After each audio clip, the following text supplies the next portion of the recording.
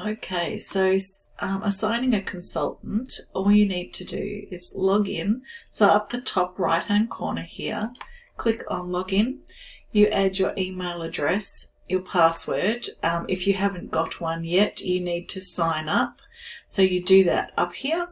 But if you already have one, you sign in. And then you'll get a "Are you a robot?"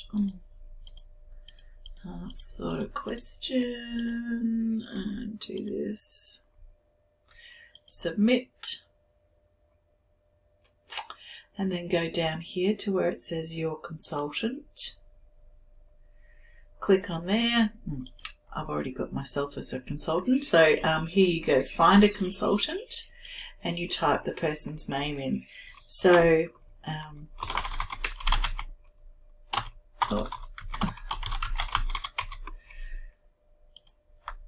that's as easy as that. And then you can place an order or log out.